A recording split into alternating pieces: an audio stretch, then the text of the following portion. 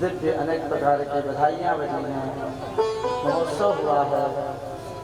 लेकिन देवर्षि नारद के द्वारा जब संबरासुर नाम के एक राक्षस को पता चला है कि इसी कृष्ण के लाल के द्वारा मेरी मृत्यु निश्चित है, तो वह छठे दिन प्रसूतिका गृह से उस बालक का हरण करके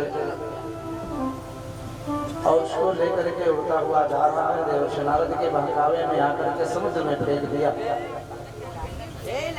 एक बहुत बड़ी मछली उसको निगल गई है, लील लिया है। प्रद्युम्न जी महाराज मछली के उदर में पल रहे हैं, लेकिन मृत्यु नहीं हुई। ये साधारण नहीं है, ये साक्षात कामदेव है, वही कामदेव। जब तारकासुर नामक राक्षस के उत्पात से त्रिलोकी में हाहाकार मच गया, भगवान शिव परम वैरागी होकर के परम ब्रह्म परमात्मा श्री राम के चिंतन में लीन है। उनकी प्राण वल्लभा सती अपने पिता के यज्ञ में अपने देह को योगाग्नि में जला करके त्याग दिया, नष्ट कर दिया है। ब्रह्मा जी से वरदान पाकर के तारकासुर अत्यंत आतताई हो गया है। वह अपने आप को अमर मार बैठा है, क्योंकि इसका विनाश मात्र शिव जी के पुत्र से ही होगा, शिव अंश से होगा। और शिव जी महाराज वैरागी बने समाधि में लीन है। देवताओं के कहने पर कामदेव भगवान शिव के मन में क्षोभ उत्पन्न करने के लिए जाते हैं और भगवान शिव कुपित हुए हैं। वहां इधर पीछे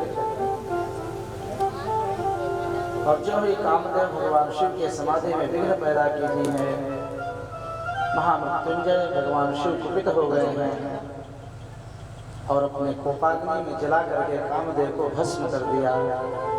रति विलाप करती हुई आई है, भगवान शिव से प्रार्थना करती है, नाथ आप जगत के पिता कहलाते हैं, हम आपकी पुत्री व्रत हैं, आपने मुझे विधवा बना दिया।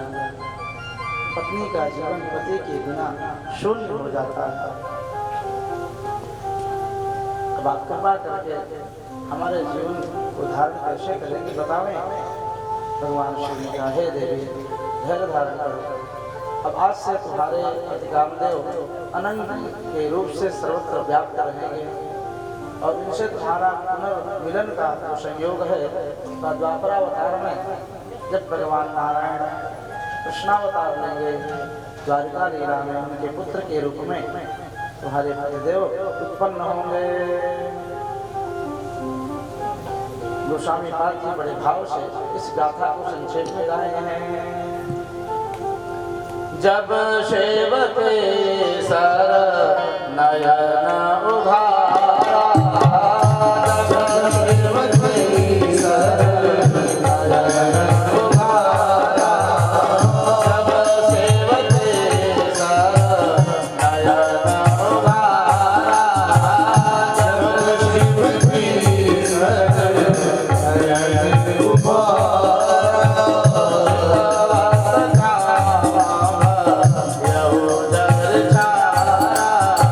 Yeah.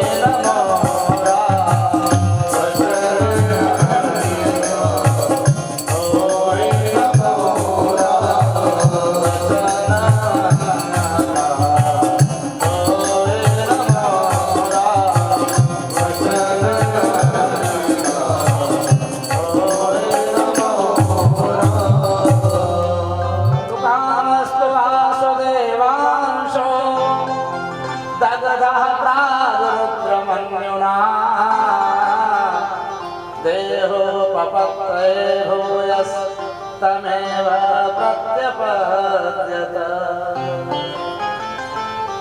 इस श्लोक का अगर चिंतन किया जाए बड़ा ही गहन है।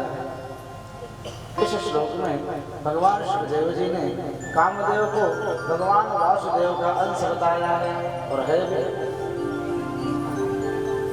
कामस्तु वासुदेवांशो, लेकिन वो कामदेव भगवान शिव के कोप से जल करके भस्म हो गए हैं।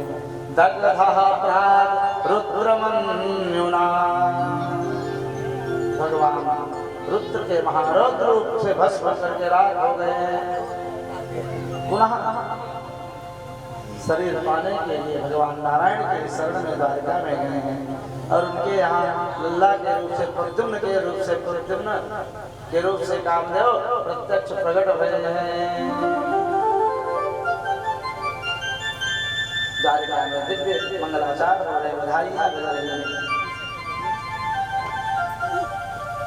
सम्रासुर के द्वारा प्रद्युम्न का हरण हुआ। शिव जी की आज्ञा से कामदेव की पत्नी रति देवी सम्रासुर के महल में आकर के रसोइये का काम करती है। कालांतर में जिस मछली ने उस बालक को निगला था प्रद्युम्न को, वह एक बहुत बड़े मछुआरे के जाल में फंसे पकड़ के खींच के लाया गया और इतनी बड़ी विशाल हाथी को जब चीरा गया तो उसके उदर में अभी भी वह बालक किलोल कर रहा है, खेल रहा है।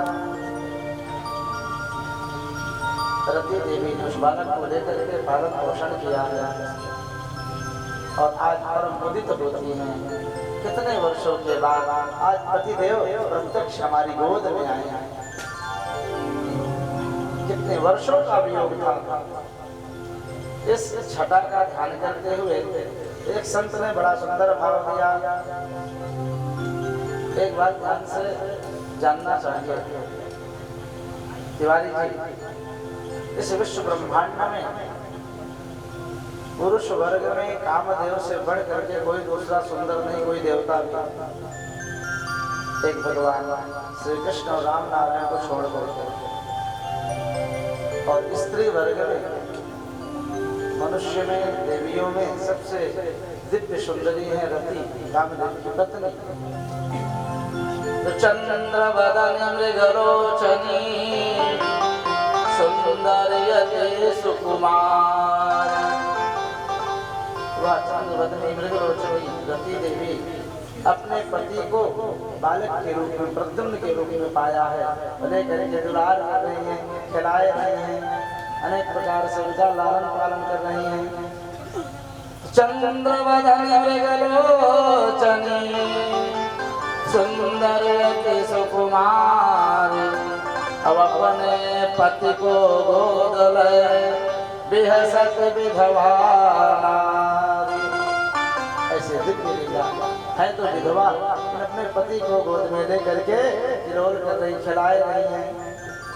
दिव्य रसायनी तांत्रिक विद्या के द्वारा कुछ काल के अंदर रति देवी ने प्रद्युम्न को युवावस्था में प्रकट करा दिया। अब जब प्रद्युम्न युवा अवस्था को प्राप्त हुए हैं, रति माता लौकिक हाव भाव करने लगी, अनेक प्रकार के आलिंगन आदि की चेष्टा करने लगी।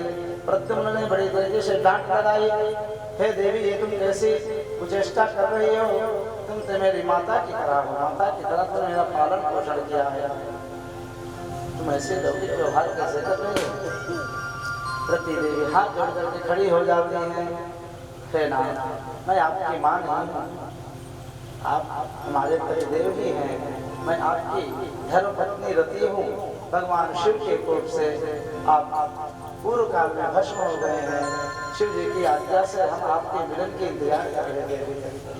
आपकी माँ भगवती रुक्मिणी हैं और आपके पिता साक्षात द्वारकाधीश भगवान श्री कृष्ण हैं।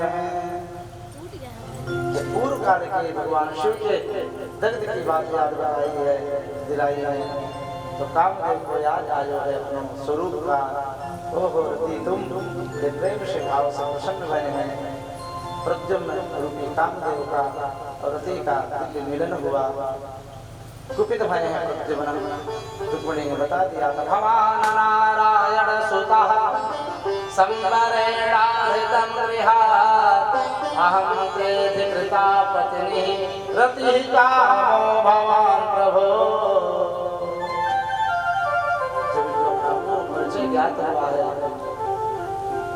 और जिस दुष्ट शंबरासुर ने मेरी माता से मुझे दूर किया है, कुपित भय हैं, अनेक प्रकार के दिव्यायुधों से सज्जित होकर के शंबरासुर से बड़ा भयानक युद्ध हुआ इनका। ब्रह्मा जी ने शंबरासुर का अंत प्रद्युम्न के हाथ से दिखा था, शंबरासुर का वध हुआ और कई वर्षों के बाद प्रद्युम्न आज रति देवी को साथ में लेकर के द्वारिका पहुंचे हैं।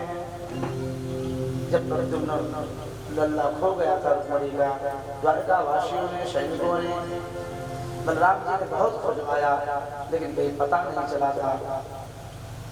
श्री हरि नारायण सब कुछ जानते हैं, लेकिन भागवत जी में एक श्लोक आता है, उसमें लिखा है यत् परोक्ष प्रियो देवो भगवान विश्व भावन। भगवान को अत्यंत गुप्त बातें बड़ी प्रिय लगती है, किसी रहस्य को अतिशीघ्र नहीं खोलना चाहिए, नहीं तो उसका फिर आनंद मजा नहीं आता है। और इस प्रकार से जो ही प्रद्युम्न लेकर के रति को द्वारिका पहुंचे हैं, रुक्मिणी माता के दर्शन किए, चरणों में